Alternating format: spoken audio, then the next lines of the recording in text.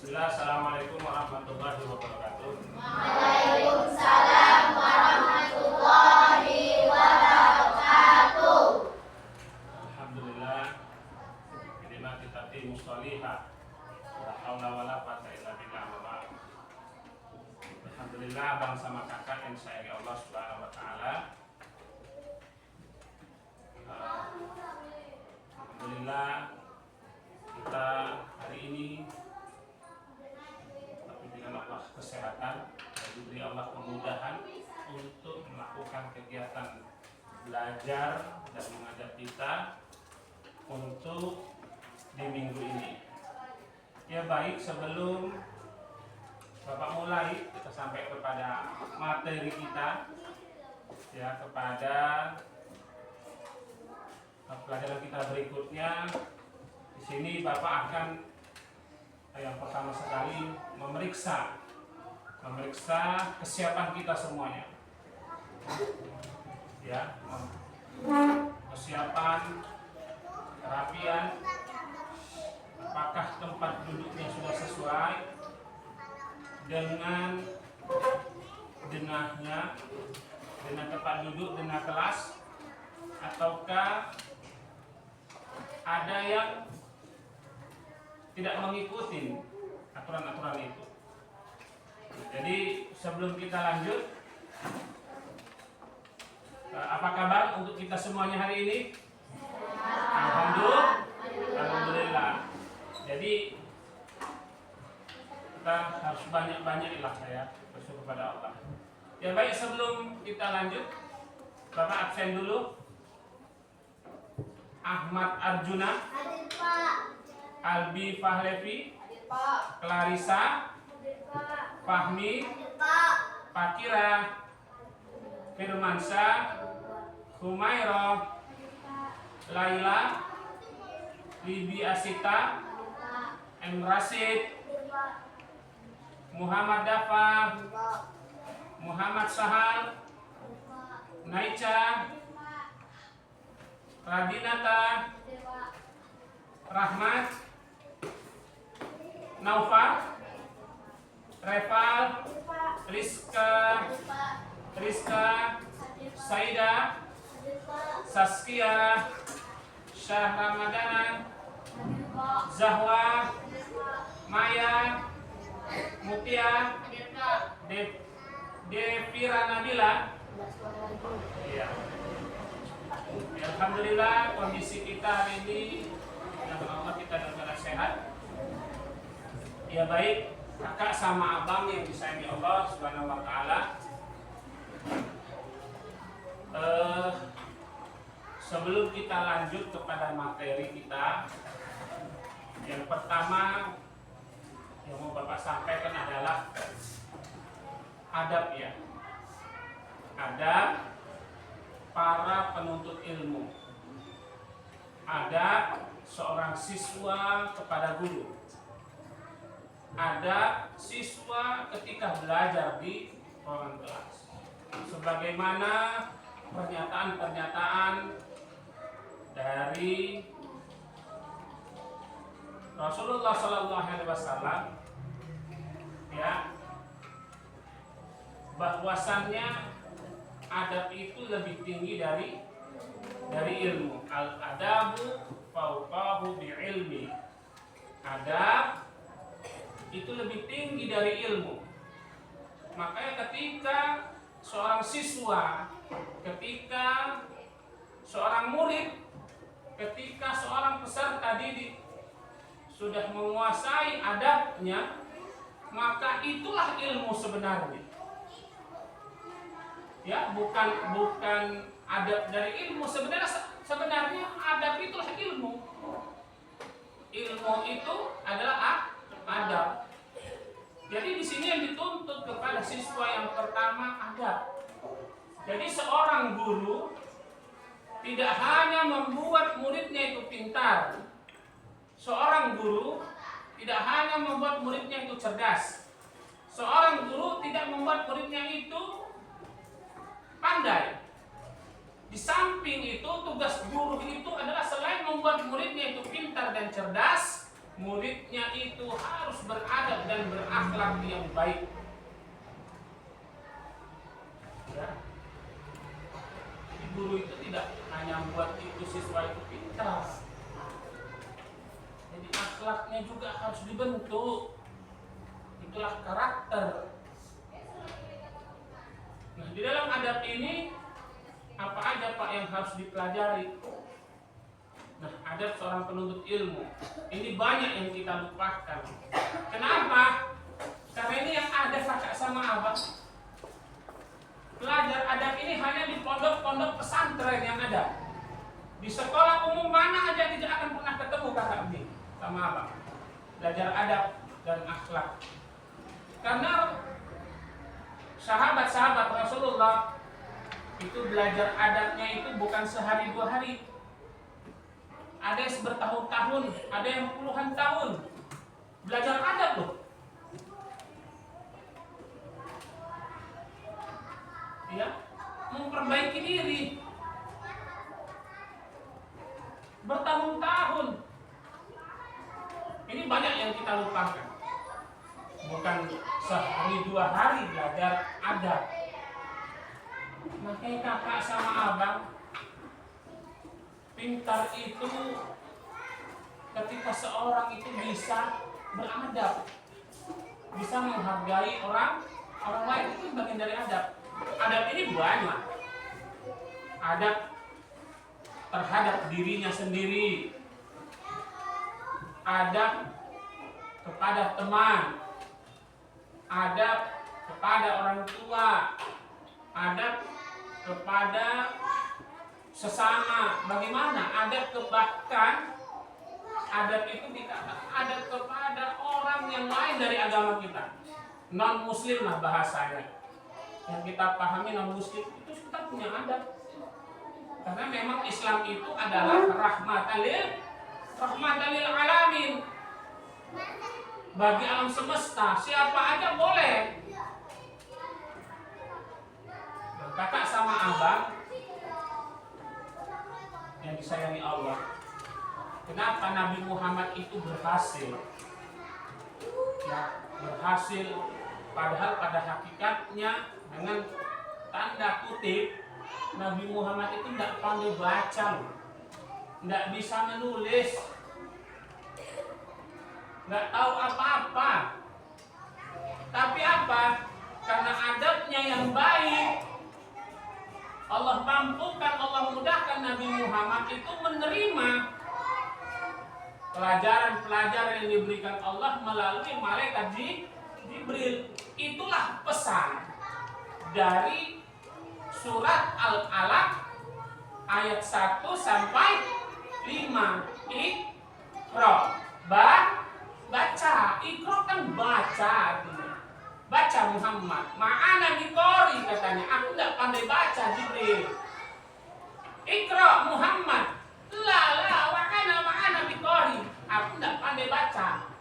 Tapi pada hakikatnya nanti dengan berjalannya terus belajar. Nabi Muhammad belajar kepada Jibril, Nabi Muhammad belajar kepada Jibril, belajar kepada malaikat. Pada akhirnya Nabi Muhammad mendapatkan itu semuanya. Nah, jadi kakak sama abang itulah pelajaran rahmatan lil alamin. Ya. Nah, maka dari itu belajar adab. Nah, hari ini nggak usah jauh-jauh kita belajar adab dulu. Adab sesama diri sendiri. Apa Pak? Yang mana contohnya? Tidak boleh menyakiti diri sendiri. Contohnya mana? Buat tato. Nanti ditulis-tulis pakai pulpen. Ya kan, kulitnya, tangannya, mukanya. Diapain lagi? Dipasang-pasang stiker, kan ada yang dibikin lengket-lengket. Lah itu namanya kan adab. Berarti kita ketika itu kita lakukan, kita tidak menyayangi diri kita. Jagalah dirimu, kata Allah. Jaga dirimu. Nah, yang itu yang pertama. Yang kedua, ini hanya contoh ya. Contoh, kita belum sampai ke pelajaran kita. Yang kedua, belajar sesama teman, adab kepada sama teman. Itu sangat penting kakak sama abang. Menghormati orang lain itu adalah bagian dari adab. Apa Pak? Tidak boleh mengejek. Cuma bahasa kita jangan mengejek. Itu sebenarnya adab itu. Tidak boleh mengejek. Ya, berbicara kepada teman harus lemah lembut. Jangan mengejek orang tuanya, jangan menyebutkan ayahnya. Itu bagian dari adab. Ya. Nah, itu dia. Belajar adab sesama teman. Nah, selanjutnya adab menuntut ilmu. Nah, ini antara kamu dengan guru. Nah, ini ya, belajar adab. Apa Pak? Yang pertama adabnya. Nanti boleh buat catatan kecil. Silakan.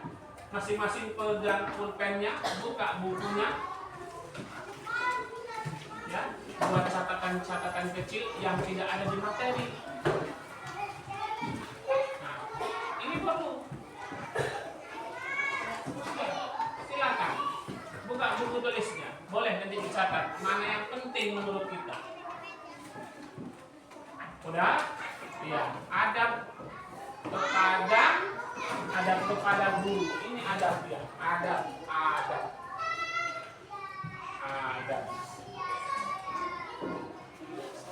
Adab menuntut ilmu.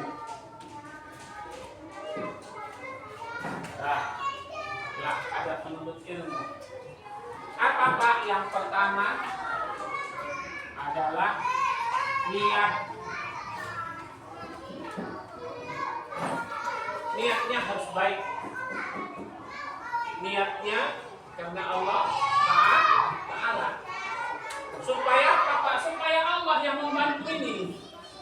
Supaya Allah yang membantu niat kita, membantu diri kita, membantu kita untuk memahami ilmunya nanti. Apa ini? Bukan berarti belajar agama aja. Belajar sama guru lain ketika sama belajar apa? Sama wali kelas. Adab. Kakak sama Pak. Ini niatnya harus karena Allah, ini bersih. Supaya Allah yang bantu kita memberi pemahaman ilmu pengetahuan. Ya, niatnya. Nah, yang kedua, apa Pak? Membaca doa, minta petunjuk sama Allah, minta petunjuk kepada Allah, supaya Allah yang membimbing kita, Allah yang membantu. Ya, ini. Yang ketiga, kakak sama abang, ini yang penting. Apa Pak? Bukan yang lain tak penting, ini penting yang ketiga. Kamu mungkin sering mendengarkan kata ucapan guru, atau berkali-kali guru itu menyebutkan itu. Alat, tak boleh. Alat udah pernah aku dengar dulu di sana. Kemarin aku dengar di sana. Ini aja nggak boleh. Biarpun itu aja yang disampaikan lah. Makanya Rasul mengatakan dia, anggaplah kita tidak pernah mendengarkan itu. Anggaplah kita belum tahu, mendengarkan semua yang terus didengar. Ya, walaupun sudah berulang, nanti guru menyampaikan, ya anggap itu adalah ya belum pernah. Jadi ada balik ini aja. Ya. Jadi perlu disini. Nih, ada dia kakak sama abang. Diulang. Yang terakhir apa? Diam. Ini kalimat yang sama.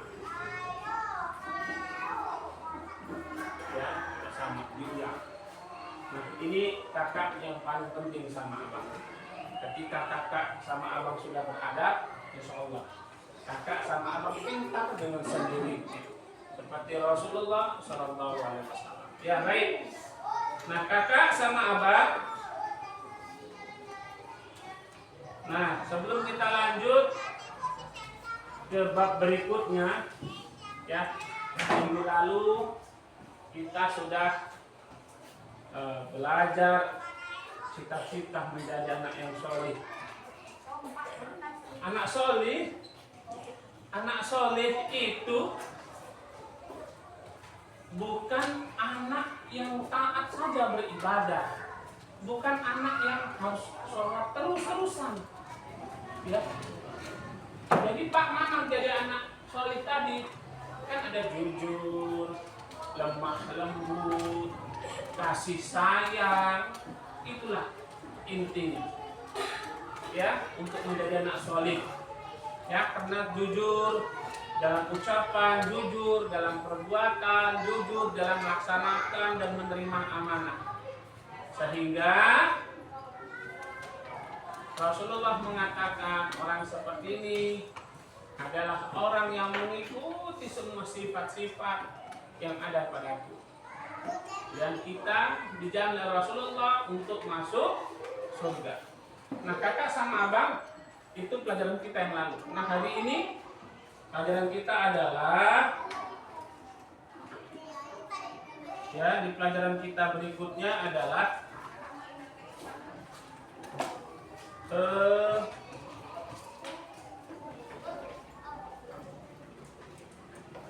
selanjutnya pelajaran kita adalah tentang cara menghargai orang lain. Ini disampaikan di dalam materi, ya kesambungan dari ada bab 3 kita, ya cita-cita menjadi anak soleh. Nah untuk penyelesaiannya, yang pertama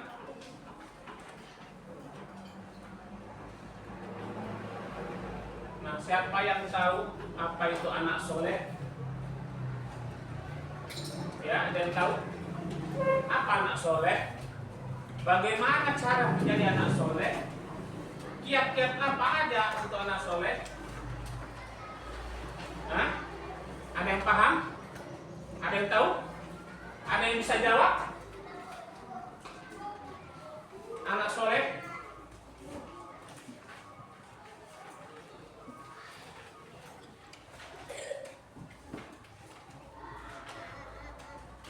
Ya, siapa bisa memberikan pendapatnya? Ya, kakak, apa anak soleh? Menurut kakak aja anak soleh. Pak, anak soleh itu adalah anak yang senantiasa suka bantu orang tua. Bebas. Nanti baru kita dudukkan dulu masalahnya. Anak soleh itu kayak apa? Yang diajarkan Rasulullah. Anak soleh itu bagaimana menurut Allah. Ya, nanti setelah ini kakak sama abang harus bisa menceritakan kembali tentang anak soleh tersebut. Setelah diceritakan, harus kakak bisa menuangkan pemikiran tadi ke dalam buku. Setelah ditulis dalam buku, kakak harus bisa mengekspresikannya, mengamalkannya dalam kehidupan sehari-hari menjadi anak soleh itu seperti apa. Ayo.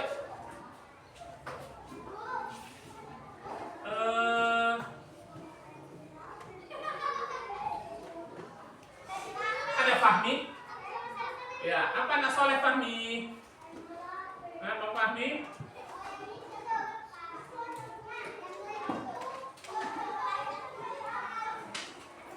Dapat hadiah nanti kalau bisa jawab.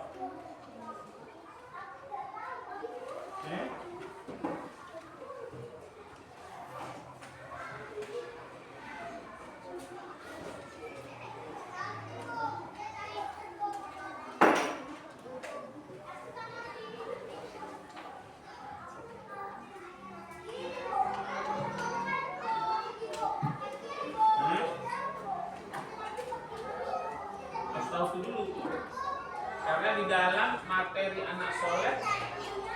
Ya, apa Kak? Ya, silakan jawab.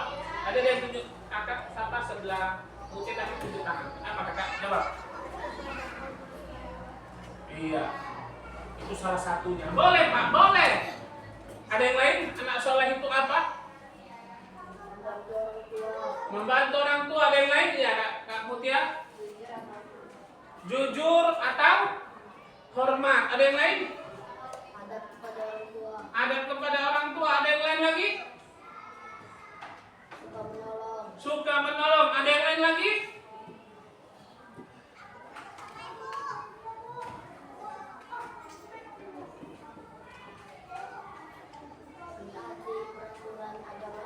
Mentaati peraturan. Ada yang lain lagi? Cukup ya? Ya. Sekarang apa namanya? Anak soleh. Anak soleh. Ini intinya. Pak, Bapak kok kalau bisa per orang menyampaikan anak soleh Pak seperti ini. Ya, karena Allah menciptakan kita itu tidak serupa. Allah menciptakan kita tidak sama. Tentu ketidaksamaan itulah yang membuat itu semua berbeda. Anak soleh seperti ini, kata si B anak soleh seperti ini, kata C anak soleh seperti ini. Pak salah, nggak ada yang salah, semua benar. Ya, namanya pendapat. Kata si A, kata Dapa, kata Mutia, ya, kata siapa sebelah Mutia. Nah, anak soleh nggak apa-apa berbeda. Baru nanti kita dudukkan masalahnya. Soleh yang harus dibedakan ini.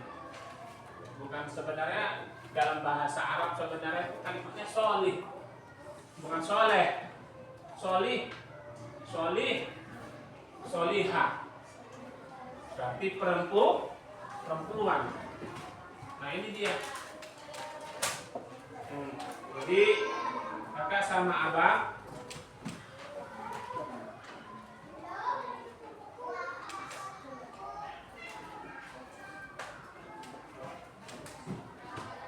ya. Nah, masalah kita adalah tentang anak solih. Anak solih tadi apa aja? Lalu kiat-kiatnya bagaimana? Ya baik, kakak sama abang saya Allah. Sebelum kita sampai kepada kesimpulan rangkuman tentang anak solih, ya, jadi perlu Bapak ingatkan sekali lagi, jadi anak solih itu seperti tadi apa yang disampaikan oleh kawan-kawan kita, ya. Yang pertama ada jujur. Orang jujur itu disayang Allah Subhanahu Wa Taala, itu amalan anak solih. Nah setelah itu jujur dibagi menjadi 3. Apa itu Pak? Jujur kepada Allah, jujur kepada diri sendiri, jujur kepada orang lain. Nah di samping jujur, ya kita harus hormat dan patuh kepada orang tua dan guru. Itu adalah bahagia dari menjadi anak solih. Nah yang ketiga adalah apa ketiga? Saling menghargai. Walaupun tadi kata Dapa anak soleh itu harus apa tadi? Harus patuh, harus sayang. Kata Mutia anak soleh itu berani, anak soleh itu rajin ibadah. Terus kata kawan sebelahnya anak soleh itu adalah taat. Semuanya biarpun berbeda, tetapi tetap yang namanya memahami anak solih. Tidak ada yang salah, semuanya benar. Baik, kesimpulannya untuk pelajaran kita hari ini adalah anak solih adalah cita-cita semua kita. Ya, cita-cita semua kita menjadi anak solih. Anak solih yang dimaksud kepada Allah Subhanahu wa taala melalui surat Luqman. Apa kata Luqman kepada anaknya untuk menjadi anak solih? Ya, bersyukurlah kepada Allah. Ketika engkau bersyukur kepada Allah, sesungguhnya engkau bersyukur untuk dirimu sendiri. Itu yang pertama, ayat 12-nya. Lalu ayat ke-13-nya, aqimus shalah, kata Luqman, kerjakanlah sholat apapun keadaan dan bagaimana situasi kondisimu, jangan tinggalkan sholat. Hasil dari sholat itu adalah adab. Apa itu, Pak? Menjadi orang yang jujur, menjadi orang yang bisa menghargai orang lain, bagi orang yang menghormati orang tuanya, memuliakan orang tuanya, menghormati gurunya.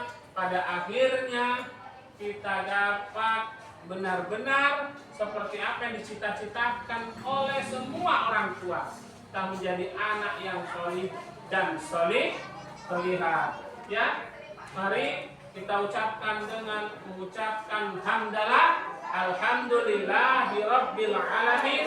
Kita tutup dengan doa kifaratul majlis. Subhanakallahumma wa bihamdika asyhadu an la ilaha illallah astaghfirullah wa atubu ilaih.